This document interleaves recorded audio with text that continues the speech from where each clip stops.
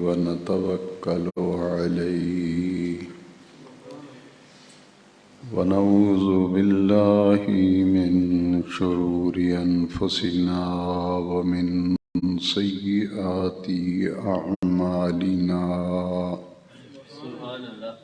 من يهده الله فلا مضل له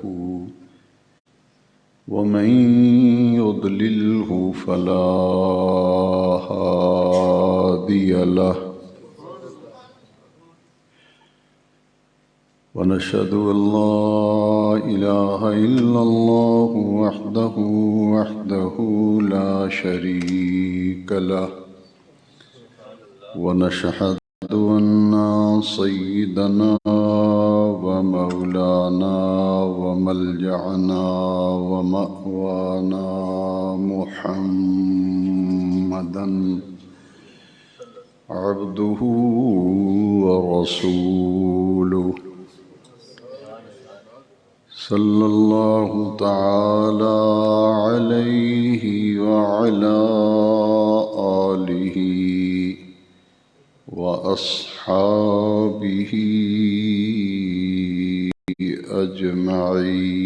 أجمعين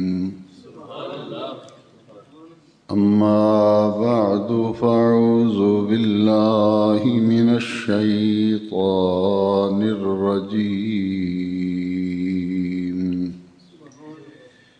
بسم الله الرحمن الرحيم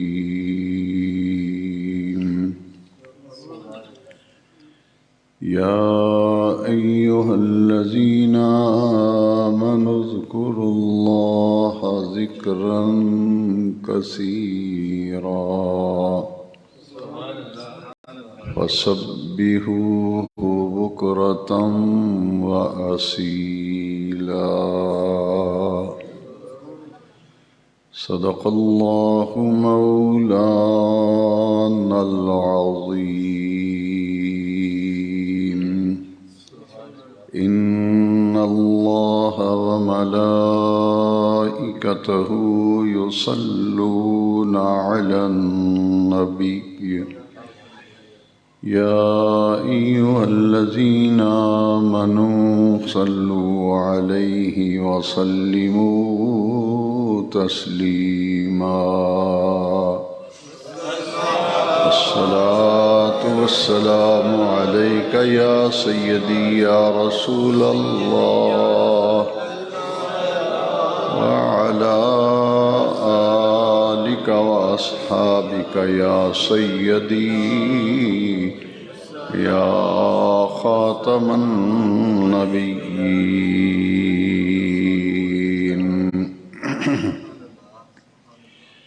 سامعین کرام، گزشتہ جمعۃ مبارکہ میں اللہ تبارک و تعالی کے ذکر کی اہمیت، افادیت اور اس کی فضیلت پر گفتگو کا سلسلہ جاری ہے۔ آج کے خطاب جمعہ میں قرآن مجید کی جس آیہ مقدسہ کو بطور عنوان تلاوت کرنے کا شرف حاصل کیا گیا، اس آیہ مبارکہ میں رب ذوالجلال نے ایمان والوں سے خطاب فرمایا، یا ایہا الذین آمنوا، اے وہ لوگو جو ایمان لائے ہو، اے اہل ایمان، اے ایمان والو۔ حضور کی امت کا یہ خاصہ ہے اور یہ فضیلت صرف حضور کی امت کو حاصل ہوئی کہ اس آخری امت کو رب ذوالجلال نے جب بھی خطاب فرمایا اور قرآن مجید میں جہاں بھی رب ذوالجلال حضور کی امت سے مخاطب ہوتا ہے تو یا ایھا الذین آمنو کا لفظ قرآن مجید میں استعمال کیا گیا۔ اے ایمان والو کہہ کر اللہ نے حضور کی امت کو پکارا، حضور کی امت کو متوجہ کیا۔ اس سے پہلے 1.25 لاکھ انبیاء کرام تشریف لائے، کسی نبی کی امت کو بھی رب ذوالجلال نے اے ایمان والو کہہ کر خطاب نہیں فرمایا۔ یہ حضور کی امت کی خاصیت ہے، خصوصیت ہے، جو پہلی امتوں کو یہ اعزاز عطا نہیں کیا گیا جو حضور کی امت کو اعزاز دیا گیا، اور اس امت کو تمام امتوں میں سے بہترین امت قرار دیا۔ کنتم خیر امہ، کہ تم خیر امت ہو، تمام امتوں میں سے بہترین امت ہو۔ تو جو تمام امتوں میں سے بہترین امت ہے، اس امت کو خطاب بھی رب ذوالجلال نے بڑے ہی بہترین اور بڑے ہی ایسے الفاظ سے آغاز فرمایا جس سے ایمان والوں کی عزت اور عظمت کو اجاگر کیا گیا کہ یہ وہ لوگ ہیں جن کے دامن میں ایمان ہے، انہیں ایمان کی نعمت دی گئی ہے، انہیں ایمان کی دولت دی گئی ہے۔ اس لیے پہلی امتوں کو اللہ کریم نے جب بھی خطاب کیا تو کسی امت کو رب ذوالجلال نے یا ایھا المساکین کے لفظ سے خطاب کیا، اے مسکینوں۔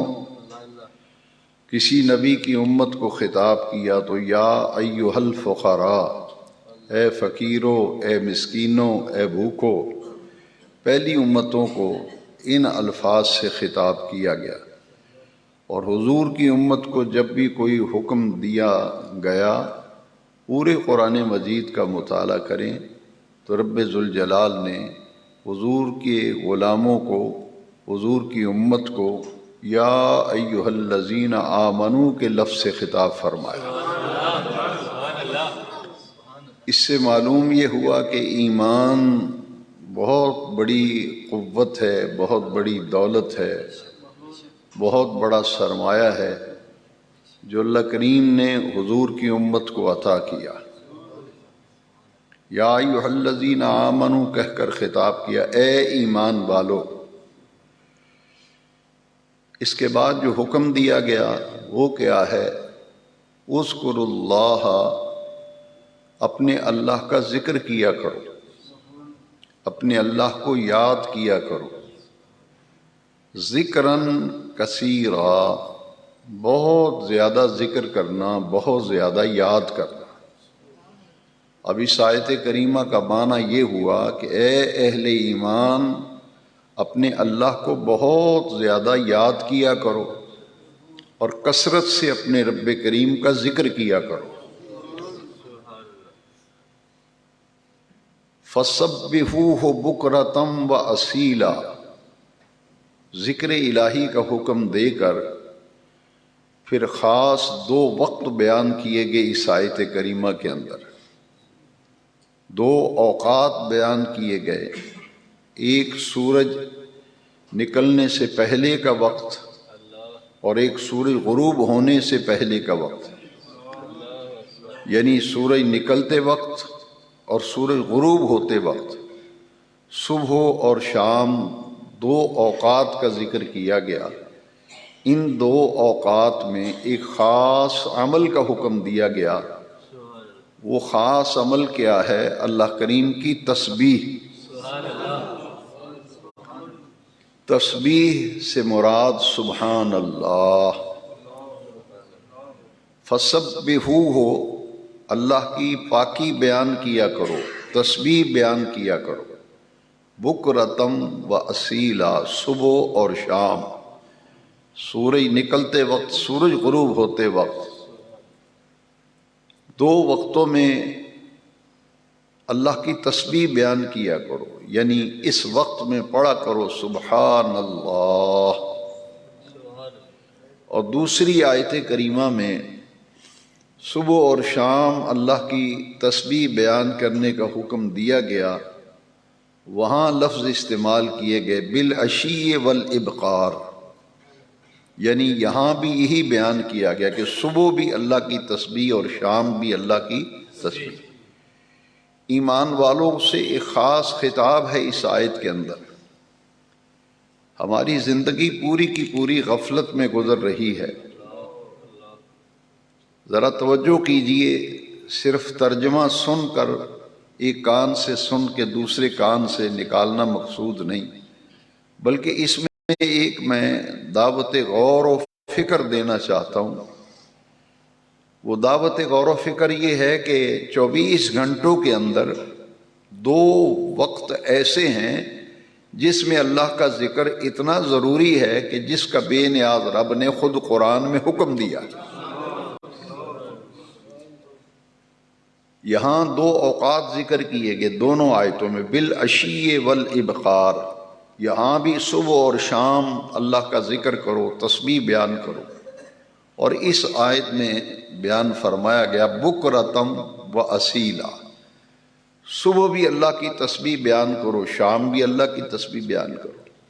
گویا کہ سورج نکلنے سے پہلے کا وقت اور سورج غروب ہونے سے پہلے کے جو لمحے ہیں یہ اتنے قیمتی ہیں کہ جن کو میں اور آپ ہم سب مل کر غفلت میں گزار رہے ہیں۔ اتنی اہمیت ہے ان 2 اوقات کی کہ سورج نکلنے میں 10 منٹ 5 منٹ رہتے ہوں، سورج غروب ہونے میں 5-10 منٹ رہتے ہوں، تو یہ 7 8 5 10 منٹ جو ہیں بڑے قیمتی ہیں۔ ان اوقات میں نہ تو کسی سے گفتگو کریں، نہ کسی کے کلام کا جواب دیں، کیونکہ اس وقت اللہ کا ذکر کرنا اور اللہ کو یاد کرنا، اور کن لفظوں سے یاد کرنا، جن لفظوں میں سبحان اللہ کے جملے آئیں، ان لفظوں سے اللہ کو یاد کرنا، یہ اللہ تبارک و تعالیٰ کو بہت محبوب عمل ہے۔ پچھلے جمعے میں آپ حدیث شریف سن چکے ہیں کہ حضور نے حدیث شریف میں ان 2 اوقات کے لیے جو لفظ استعمال فرمائے ہیں وہ ہیں سبحان اللہ و بحمدہ، سبحان اللہ و بحمدہ، اللہ کی ہم پاکی بیان کرتے ہیں، بحمدہ، اس کی حمد کے ساتھ۔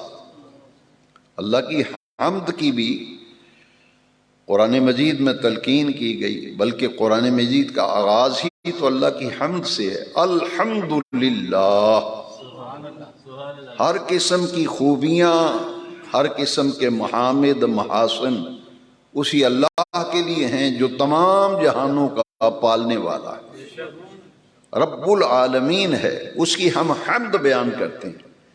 لہٰذا یہ جملے جو حدیث شریف میں ہیں کہ سورج نکلتے وقت سبحان اللہ و بحمدہ، ہم اللہ کی تسبیح بیان کرتے ہیں اور عرض کرتے ہیں یا اللہ تیری ذات پاک ہے اور تیری ہی ہم حمد کرتے ہیں، تیری حمد کرتے ہوئے ہم تیری تسبیح بیان کرتے ہیں، تیری پاکی کا بیان کرتے ہیں۔ یہ 100 مرتبہ کا عدد حدیث شریف میں ہے، نہ اس سے کم نہ اس سے زیادہ، جتنا حدیث شریف میں ہے اتنے پر ہی کفایت کرنی چاہیے، کیونکہ حکم ہے کہ 100 مرتبہ سورج نکلتے وقت اور 100 مرتبہ سورج غروب ہوتے وقت۔ حضور نے فرمایا جس نے پڑھا سبحان اللہ و بحمدہ، بس اتنے ہی لفظ ہیں، فرمایا کہ سورج غروب ہوتے وقت اور نکلتے وقت پڑھنے والے کے تمام گناہ اگرچہ سمندر کی جھاگ کے برابر ہوں، بے نیاز رب معاف فرما دیتا۔ معلوم یہ ہوا کہ ہم اپنی عملی زندگی کو بہتر بنائیں۔ 3-4 جمعات سے میرا سلسلہ کلام کا مرکزی نقطہ یہی ہے کہ مجھے اور آپ کو اپنی عملی زندگی کو بہتر بنانا چاہیے۔ کتنی زندگی ہم گزار چکے، کتنی ہماری زندگی باقی ہے۔ کوئی پرمٹ لے کے تو نہیں آئے، کسی نے کوئی گارنٹی لی ہے، کسی کو کوئی پرمٹ ملا ہوا ہے کہ آپ اتنے سال رہو گے، تو پھر ایک نقطہ ہمیشہ ذہن میں رکھے کہ زیادہ گزر گئی تھوڑی کم باقی رہ گئی، زیادہ گزر گئی اور تھوڑی باقی رہ گئی۔ وہ کتنی ہے؟ واللہ عالم بالصواب، یہ تو اللہ جانتا ہے۔ لہذا جو غفلت میں گزر گئی وہ تو گزر گئی۔ اب کرنے کا کام یہ ہے کہ میں اور آپ ہم سب مل کر ہماری عملی زندگی میں جہاں جہاں کوئی سستی ہے، غفلت ہے، اسے ہم دور کریں اور عملی زندگی کو بہتر بنائیں۔ اس کے لیے نماز پر میں کئی جماعت سے بیان کر رہا ہوں کہ نماز کے معاملے میں جو ہماری غفلت اور سستی ہے وہ تو انتہا کو پہنچ رہی ہے۔ اس لیے ذکر الہی کی کئی جماعت میں آپ یہ بات سمجھ گئے، دروس حدیث میں، دروس قرآن میں، خطبات جمعہ میں، کہ ذکر الہی کی افضل ترین صورت جو ہے وہ کیا ہے؟ نماز۔ لیکن یہاں یہ بات بھی غور میں رکھیں کہ قرآن مجید میں بیان کیا گیا وہ کون سا عمل ہے، وہ کون سا کام ہے جس کی وجہ سے ہم جہنم میں پھینکے جائیں گے۔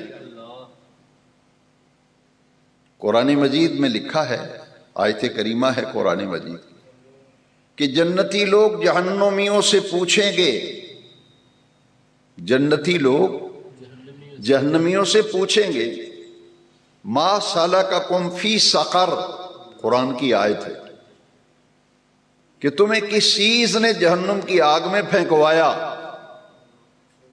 تم نے کیا جرم کیا ہے، کون سا تم نے ایسا کام کیا ہے جس کام اور جرم کی وجہ سے آج تم جہنم میں پھینکے گئے ہو۔ تو وہ کیا کہیں گے؟ قرآن مجید میں لکھا ہے کہ جہنمی جواب دیں گے، لم نکو من المصلین، میں نماز نہیں پڑھا کرتا تھا۔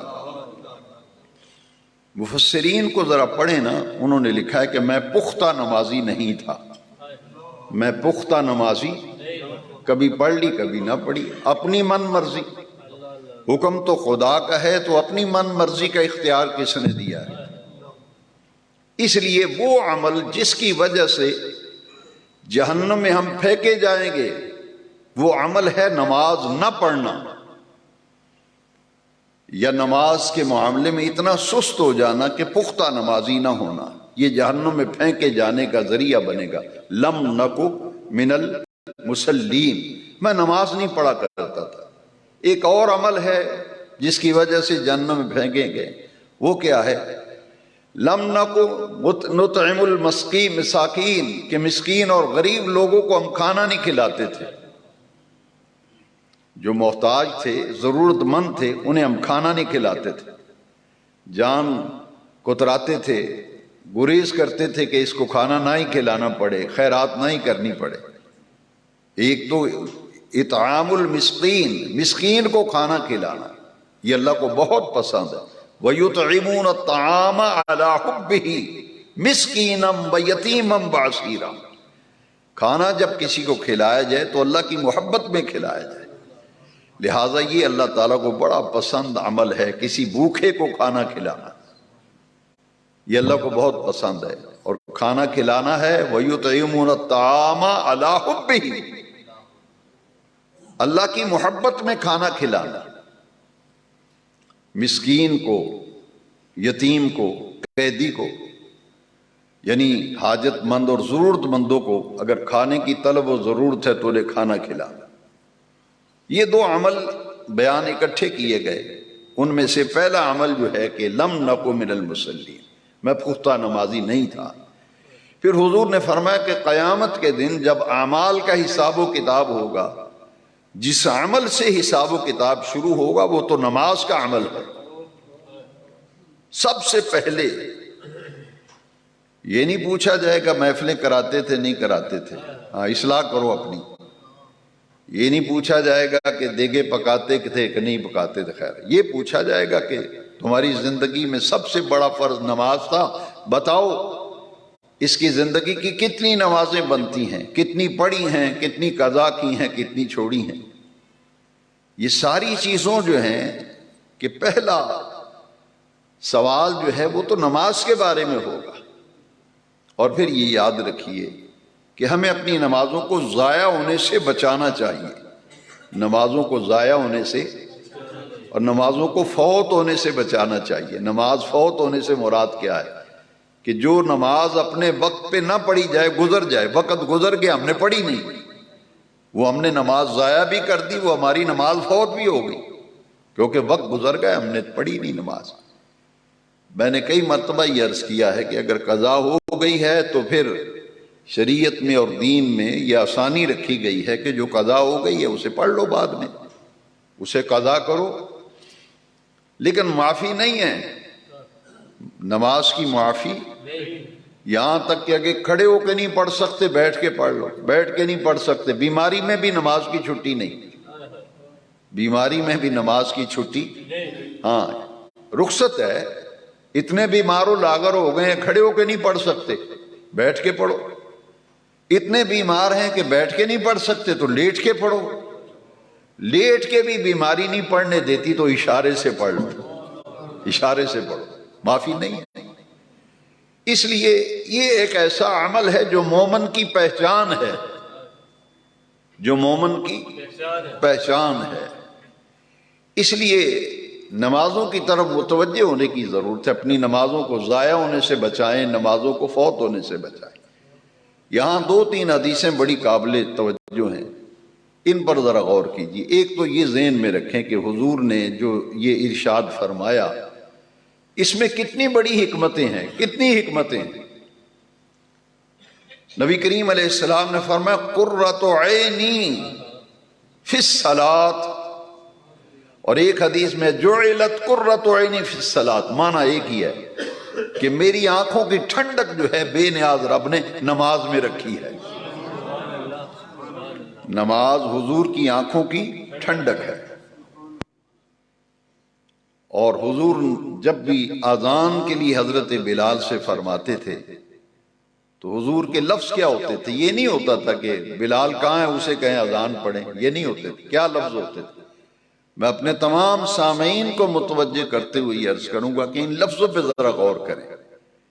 ہم تو کہتے ہیں کہ جناب مؤذن کہاں گیا ہے، مؤذن کو کہو اذان پڑھے، لیکن آقا کریم کا یہ طریقہ مبارکہ نہیں تھا۔ لفظ بڑے پیارے تھے، کاش کہ میری امت متوجہ ہو کے سنے اور سمجھے۔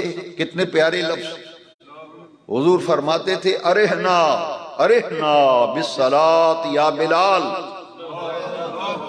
بلال ہمیں راحت پہنچا، ہمیں ٹھنڈک پہنچا، ارحنا یا بلال، ارحنا بالصلاۃ یا بلال۔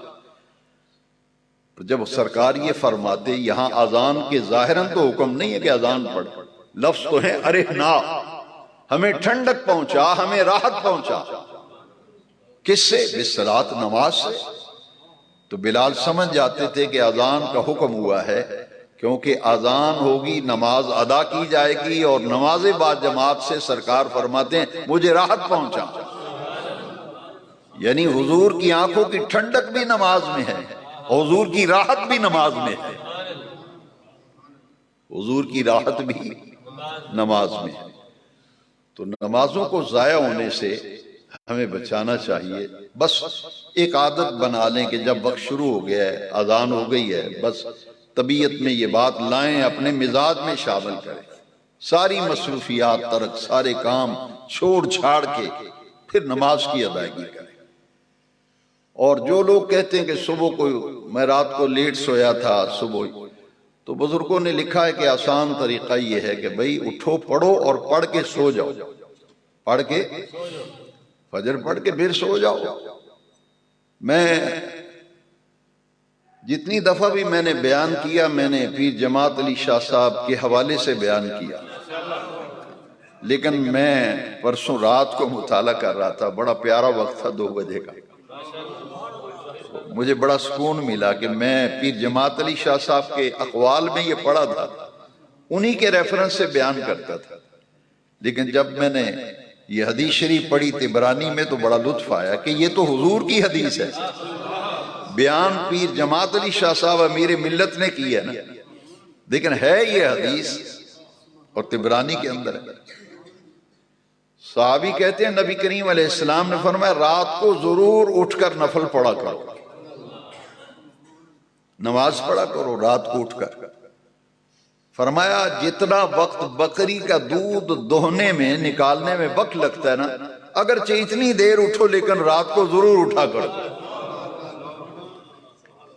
آج سے پہلے میں نے بیان، میرا ریکارڈ ہوتا ہے جمعے کا، میں نے جب بھی بیان کیا امیر ملت کے حوالے سے کہ انہوں نے فرمایا کہ رات کو اٹھا کرو، اگرچہ بکری کا دودھ دونے میں جتنا مریدوں کو کہتے تھے، کہتے کیوں تھے؟ یہ پرسوں رات مطالعے میں بات آئی کہ یہ تو سرکار کی حدیث ہے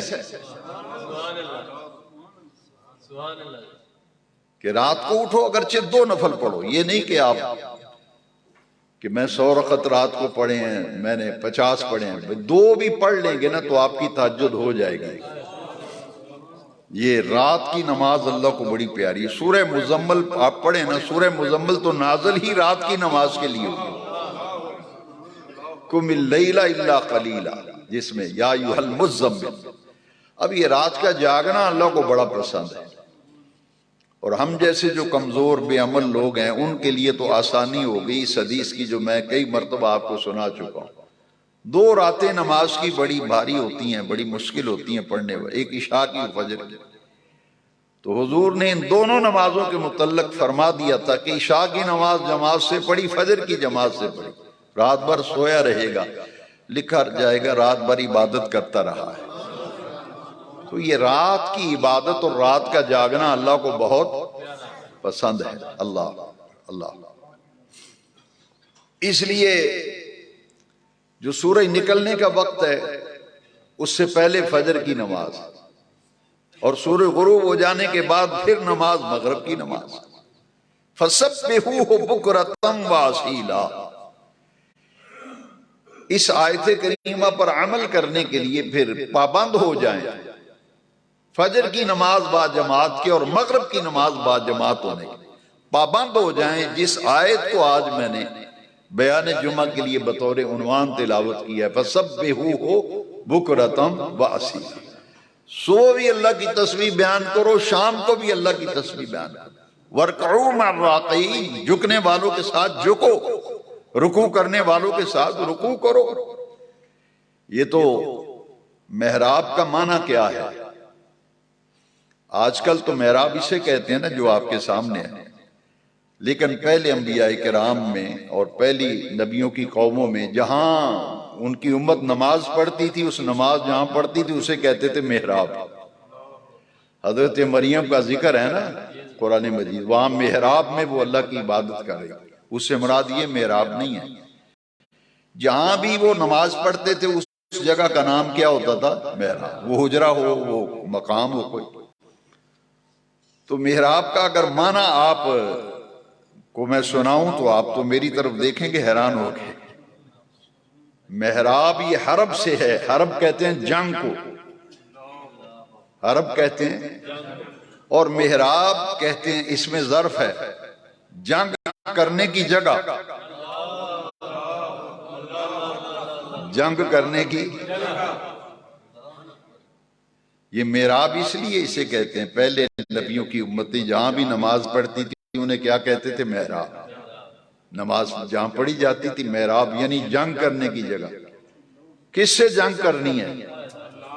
کس؟ ایک شیطان سے اور ایک اپنے نفس سے، نفس امارہ۔ ایک ہے نفس مطمئنہ جو آپ کو نماز کی طرف کھینچ کے لایا ہے، جس نے کہا ہے بھائی سردی ہے لیکن حکم اللہ رسول کا ہے، اٹھو نماز پڑھو، تو جو نماز کی طرف لے آیا وہ ہے نفس مطمئنہ۔ اسی لیے قرآن میں فرمایا گیا کہ جب نیک آدمی دنیا سے جاتا ہے تو ملائکہ آسمان سے آتے ہیں، کہتے ہیں یا ایتھا النفس المطمئنہ، اے نفس مطمئنہ ارجعی الی ربک راضیۃ مرضیہ۔ نفس مطمئنہ تو نیکی کی طرف کھینچ کے لاتا ہے۔ جنگ ہے ایک شیطان سے، کیونکہ اس نے کہا تھا اللہ کریم سے جب جنت سے نکالا گیا تھا کہ نکل جا جنت سے، اور قیامت تک تجھ پر اللہ کی لعنت ہے، نکل جا۔ اس نے کہا اب جو تیرے مخلص بندے ہوں گے میں ان کو گھیروں گا، کبھی دائیں طرف سے حملہ آور ہوں گا، کبھی بائیں طرف سے، کبھی آگے سے حملہ آور ہوں گا، کبھی پیچھے سے۔ تو شیطان حملہ آور ہوتا ہے تو ہم اس سے لڑتے ہیں، وہ ہمیں نماز سے دور کرتا ہے، ہم جھٹک کر پھر نماز کی طرف آتے ہیں۔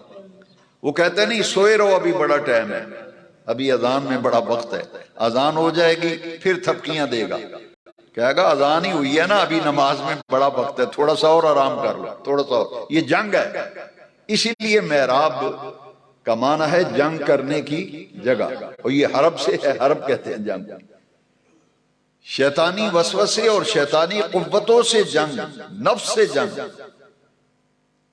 اب یہ شیطان سے جنگ، یعنی جتنی بھی خواہشات و خیالات انسان کو آتے ہیں، یا تو نیک خواہشات ہوتی ہیں یا بری خواہشات ہوتی ہیں۔ اسی لیے قرآن مجید کی آخری سورت جو ہے اس میں ذرا دیکھیں، سورۃ الناس، الذی یوسوس فی صدور الناس من الجنۃ والناس۔ کچھ انسان ہیں جو لوگوں کے دلوں میں وسوسے ڈالتے ہیں، کچھ جن ہیں جو لوگوں کے دلوں میں وسوسے ڈالتے ہیں، شیاطین۔ یہ جو وسوسے دل میں آتے ہیں پھر انسان ٹکر لیتا ہے اور پوری قوت کے ساتھ ہمت کر کے، قوت ارادی اور عزم مصمم مضبوط کر کے پھر وہ مصلی پہ کھڑا ہو جاتا ہے، نماز پڑھتا ہے۔ تو یہ جنگ ایک دن کے لیے نہیں ہے، یہ جنگ نہیں ایک دن ہی جنگ کر کے خاموش ہو کے بیٹھ جاؤ، نہیں، یہ تو پوری زندگی، جب تک آپ کا اور میرا سانس آتا جاتا ہے، جب تک ہماری زندگی ہے، دین ہمیں یہ سکھاتا ہے کہ ہم سب نے شیطان سے بھی لڑنا ہے، اسے جنگ کرنی ہے، اور جو نفس امارہ ہے اس سے بھی جنگ کرنی ہے، اس سے بھی لڑائی کرنی ہے، خواہشات نفسانی ان کو کچلنا ہے۔ اور اس کے لیے بہترین عمل جو حضور نے فرمایا وہ کیا ہے؟ جب حج مبرور کا حضور نے ذکر فرمایا کہ جو ماں باپ کا چہرہ محبت سے دیکھے گا اسے مبرور حج کا ثواب ملے گا۔ حج مبرور، حج مبرور ہے کیا؟ یہ ہے اصل روح جس پر میں نے 4 جمعات میں بیان کیا، یہ اصل روح، بڑے غور سے سننے والی بات۔ صحابہ نے پوچھا حضور حج مبرور کیا ہوتا ہے؟ فرمایا ان ترجع زاہدا فی الدنیا، ان ترجع زاہدا فی الدنیا وراغبا فی الآخرہ۔ جب حج کر کے تو اپنے گھر میں آئے تو دنیا میں تیری رغبت جو ہے وہ کم ہو جائے اور آخرت میں تیری رغبت زیادہ ہو جائے۔ دنیا میں رغبت اور آخرت میں رغبت، یہ ہے خلاصہ کہ مجھے اور آپ کو ان باتوں پر غور کرنا چاہیے کہ ہماری مزاج میں، ہمارے ماحول میں، ہمارے دن رات کے اوقات میں دنیا میں رغبت زیادہ ہے یا آخرت میں رغبت زیادہ ہے؟ تو جس آدمی کو دنیا کی رغبت کے ساتھ ساتھ آخرت کی رغبت بھی موجود ہے تو اس کو اللہ کا شکر کرنا چاہیے، شکر کرنا چاہیے کہ رب کریم نے مجھے آخرت کی بھی رغبت دی ہے، قبر کی بھی یاد رکھنے کی ہمیں توفیق دی ہے، تو قبر و آخرت کی فکر اور توجہ رکھنا، اس کے لیے اس سے بڑا کوئی عمل نہیں، اس سے بڑا کوئی ذکر نہیں، اس سے بڑا کوئی عمل نہیں جو نماز کا عمل ہے۔ یہ آخرت کی بہتری کے لیے، عاقبت کی بہتری کے لیے چوٹی کا عمل جو ہے وہ 5 وقت کی نماز ہے۔ اسی لیے جو حدیثیں میں نے آپ کو سنائیں یہ بڑی ہی قابل غور ہے۔ پھر یہ حدیث شریف ذرا غور کیجئے، حضور کو معراج کرائی گئی تو حضور 7 آسمانوں کو عبور کر کے حریم خلوت میں تشریف لے گئے، یہ حضور کی معراج ہے۔ تو حضور کی معراج کے تصدق میں سرکار کو تو وہاں بلایا نا معراج کرے، اور امت کے لیے فرمایا کہ میں تمہیں الصلاۃ معراج المومنین، حضور فرمایا مومن کی معراج جو ہے وہ تو نماز ہے، مومن کی معراج نماز ہے، نماز یہ مومن کی معراج ہے۔ اور معراج کا معنی میں کئی مرتبہ آپ کو بتا چکا ہوں، نیچے سے اوپر جانا، نیچے سے وہ ہم اوپر سے نیچے آ رہے ہیں، پہلے 5 پڑھتے تھے پھر 4 ہو گئی، وہ بھی چھوٹ گئی، پھر 3 رہ گئی، پھر 2، پھر 1، وہ بھی چھوٹ گئی۔